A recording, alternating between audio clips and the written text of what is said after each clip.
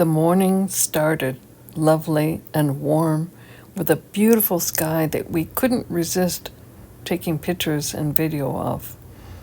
We got up early so that we could get a great spot at Island Lake so we could set up our cozy and the bug screen, which was new, and enjoy a lovely morning and a lovely day.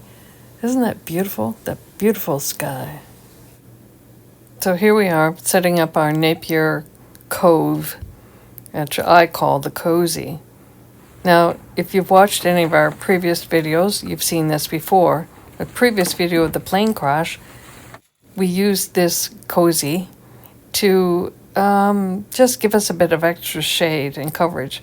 But one of the things that I was dealing with while we were camping off-grid was bugs. You can camp anywhere and get bugs.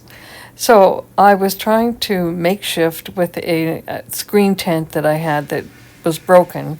The rods were broken, and I was trying to make that work as a screen over the cozy, but it didn't work. And then I found out that you can actually buy a bug shield that attaches to this cozy, and you buy that from Napier. So all of this is Napier products, and believe me, I'm not an affiliate. I wish I was, but I'm not big enough for them yet. But meanwhile, I still really like Napier products. So I bought the bug screen, and we have to put up the cozy, and then the bug screen goes over it. So once we get this set up, then you'll see us setting up the bug screen. And then when I was working on videotaping us setting up the bug screen, my camera ran out of power. So I took a few pictures so you'll be able to see what it looks like. We just set it up again in our driveway at our home, and it takes about a minute and a half to set up this cozy. Well, this took us a bit longer, but minute and a half once you get it all on straight, and then the bug screen, and it's great. Push it through.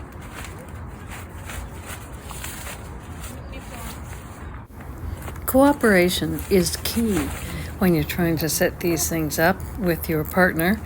However, it is possible to do it on your own.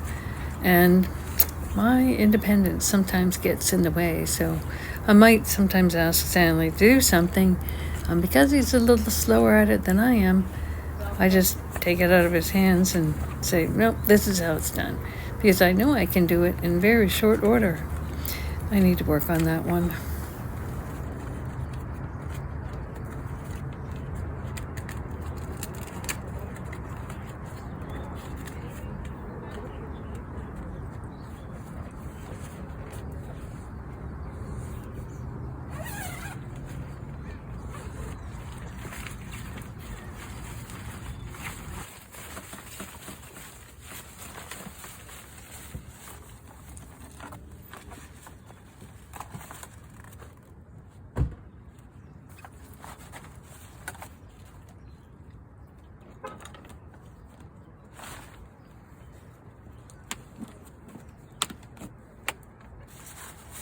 And now, the bug screen, or the bug shield as they call it. Takes a while to figure out how to get, which end is up, which end goes first. I knew that something goes over the top of the shield there, the cove, but it took a while figuring out which end was up. I read all the directions, because that's kind of what I usually do. I mean, people get these directions in boxes, and I read them. I do read them, all the steps, and I try to follow them. But, reality is another issue. So we do eventually manage to get this thing up, figure out which end is up. And I like the fact that it's got a shield that comes up even up under the bumper. So you've got the screen end under the bumper, and then the screen that goes up over the cove, the Napier Cove. I call it the cozy. And, well, you'll see it when it's complete. I'll show it to you. Because this was our first time putting this up. And as I said, we weren't sure which end was where and, exactly what we were doing, but we did figure it out. When we got it home and we put it up again at the driveway, it was a piece of cake. all I did was I looked for the seam of the door, which is in the front, the center of the screen shield, and once I had that centered, then everything else fell in place, so to speak. So in this video, we're just trying to figure it out. And Stanley, of course, he doesn't read directions. I guess a lot of guys don't read directions. But anyways, we did manage it.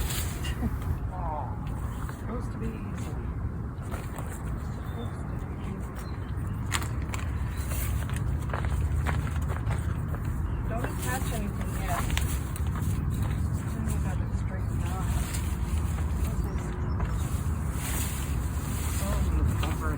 Hold that and don't let it fall down.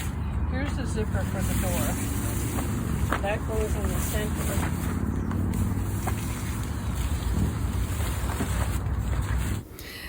Honestly, watching this, some of it reminds me of parents who are trying to put bicycles and other toys and things together on Christmas Eve, hoping to figure it all out and get it all done before the kids wake up. It felt a little bit like that. Once you get it up and over, there are 4 corners that get staked out. And of course the stakes are provided. And that's usually Stanley's job.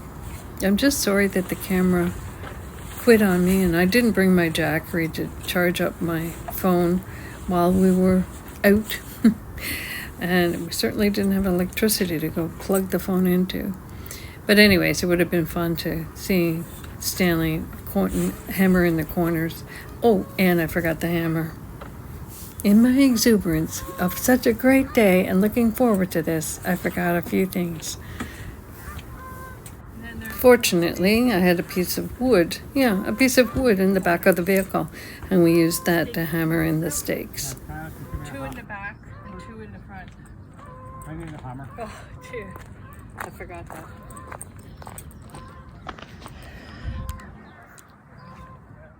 The finished look. Yep, we went home and we actually set it up in our driveway. At the risk of our neighbors thinking that we had gone crazy. That's a lot of work.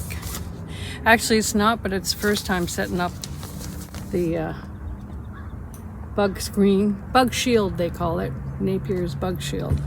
And the instructions are attached to the little bag that it comes in, which is nice.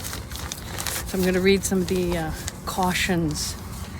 So, do not use candles. Let's light the candles. Matches or open flames of any kind. Let's put the fire pit in here. Can you imagine? Do not cook inside the screen room. Don't plan on it. Build campfires downwind, several meters away from the screen, because you don't want any sparks coming on and lighting up your screen. Yep. Extreme caution when using fuel-powered lanterns. We don't have them. Or heaters inside or around the screen room. We don't have that either. Do not refuel lamps or heaters or stoves inside the tent. Extinguish or turn off all lanterns before going to sleep. Can you imagine? Do not smoke inside the screen room, right? No smoking, no cigars or cigarettes or whatever. Do not store flammable liquids inside the screen room. Why not? Like our butane canister? Yes. Where are we going to put it? in the shower room, in the washroom, toilet area that we set up for ourselves. Never run the vehicle engine while you're in the tent. Oh, why would you do that? Well, you wouldn't even run it. A lot of it's common sense. Do not install the screen room when the temperature is below 0, or freezing, or when the vehicle is wet, because it may cause damage. Always allow adequate ventilation inside the screen room. Well, it's a screen, like the wind is gonna flow. How can you avoid that? This one really gets me. Do not attempt to drive the vehicle away with the screen room attached. I could just hear the tearing and the ripping of the corners where the pegs are in the ground. My goodness. Let's just move the car forward a little bit. Or backwards and run over the tent. Yeah, well, right. Oh my goodness. Well, you know what would stop it is it's attached to the wheel well, so it would stop the wheels. You'd always be cognizant of where you are and what you're doing. Disconnect the battery or turn off the door lamps so that they do not stay on when the hatch is open. Well, we already know about that one. To prevent carbon monoxide from entering the vehicle and tent area, do not turn on or run the engine, and don't try to cook in there. Well, a lot of this is common sense, but I guess they have to put it in there so that some people know better. So they can say, well, we told you. My screen burnt down. You need to give me a new one. Well, we told you. Here's the instructions right inside the bag. And it's this kind of, it's not papery. It's like sort of a plasticky type thing that's not going to rip off. And they're in English and in French, because we have 2 official languages in Canada. Now, the thing about this is you can actually sleep inside. You can close up the door and there's a screen. And so you could have all this air flowing and sleeping inside if you want to sleep in your tent. I'm telling you, Stanley. Radio. I'm listening. Whether we do it or not, I don't know. I might do it myself one day. Can you imagine me sleeping in the driveway with this? Hi, how are ya? Don't worry about me. Good morning. Imagine our neighbors, Horst and Bernie. They really think we've gone off the deep end. Oh well, here we go. Having fun.